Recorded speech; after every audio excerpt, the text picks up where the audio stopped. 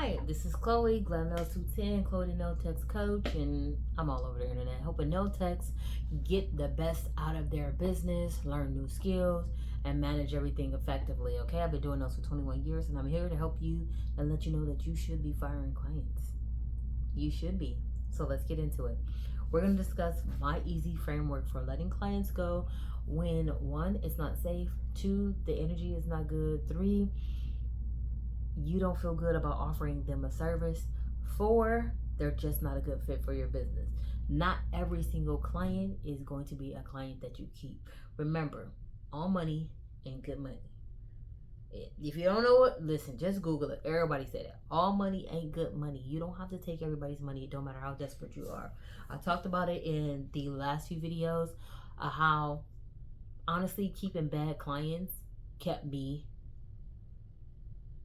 or helped me miss out on money, because I had a bad client in a slot that an actual loyal client could have filled, right? Or a new potential client could have filled, because I was too afraid to let these people go.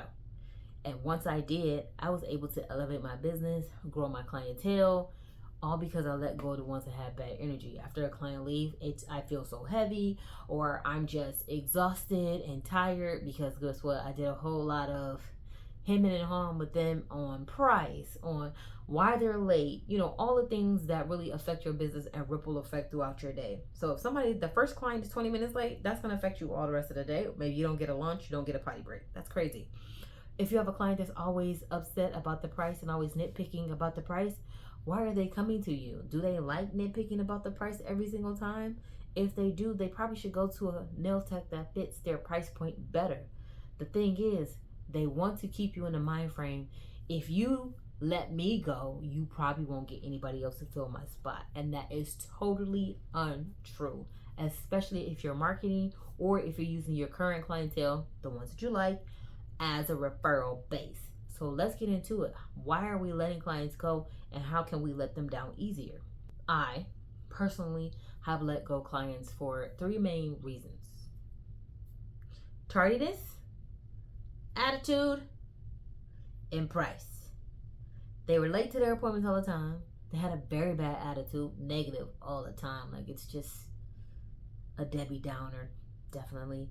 And price. If you don't want to pay my price, why are you coming? You want my work, but you don't want to pay for it. So you want to make me feel bad for charging this rate for my work, when whenever they go to any store, they don't feel bad about paying XYZ for things at that store. They don't talk to the manager and say, hey, these diapers need to be cheaper.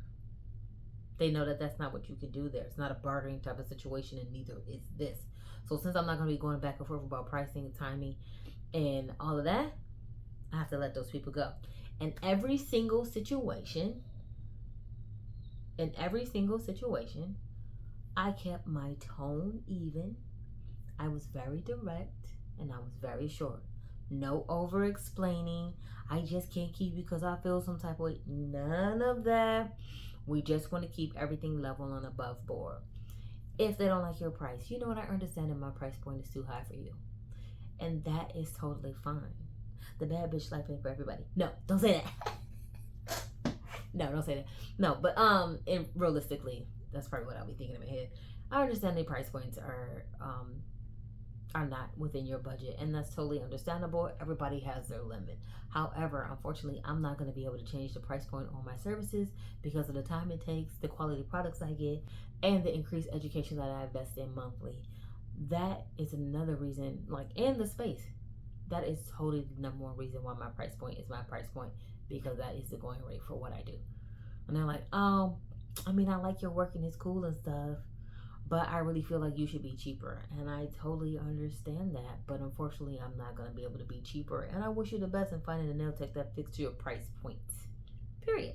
And that's it. And they're just like, and you're like, and that's it. Remove them from the book, because you don't want them flipping and flopping. Back on, back off, back on, back off. I'll just come for special occasions. Why? Just go to whoever you've been going to. What else is another one? When you have a client that's chronically late, you have to explain to them. Why? I do understand that there is traffic and troubles with navigating traffic, and you cannot control accidents. because I do have several people that they just don't like leaving home, and when they do leave, they leave late. I said, but unfortunately, if you can't stick to being on time, I can't keep you as a client, because what I don't want to do is disrespect the time of the clients coming after you. They all have lives and things that they need to get to as well. And unfortunately, as an operator, I cannot afford to give every single person behind you a discount based on the tip that you're going to give me for running tardy. It's not going to be enough. So, unfortunately, because of the tardiness, I'm not going to be able to keep you as a client anymore, because I cannot justify the discounts that I'm going to have to give to the people that come after you because of your tardiness. It's very unprofessional on my end, and it just shows that I do not care about other people's schedule. I find that as an operator, as a person who's been doing this for 21 years, the more direct you are, the easier it is for them to deal with. And once you set those boundaries, like, people will remember and they will understand. There are clients who have fired and they have never been able to get back in, and other people know that it is not funny, but it's funny. I always say to one of my clients, she's funny, she's been with me the longest, and she's like, "You always firing people." I said, I'm not always firing people, but I do let go to people who don't fit the vibe. They don't fit the salon. Like, they can't follow the rules. There are rules everywhere. They have rules at their job. They have to follow. There are rules at my job that I have to follow. But what it does is, when a referral does come, they already understand, like, this one right here, she's not playing no games. So they can shape up or they'll ship out. That's it. That's all it is. So let's recap. Whenever we're letting somebody go, we want to be direct. We want to keep our voice even. We don't want to over explain. We want to keep it nice and short, and we always want to keep it professional. Whether you're face to face or text or via email, you want to make sure it's never something that they can share later and say, "She did this to me." Reference that first video that I had when I talked about the client who left a review. It wasn't nothing bad that she can actually say, other than, if you don't fit her vibe, she's not going to keep you as a client. And that's exactly true. You can see that in my response. I'll put it up right here just so you can look at it. Case in point, set those boundaries, stick to them. It's just like with your policies and everything. Stick to them, don't wishy-washy, and always be willing to have that conversation. Because if I would have ghosted that lady like the other nail techs did, just didn't answer the phone, later on when I see her on the street, she would have been like, "I thought you left the state." And you're like, no.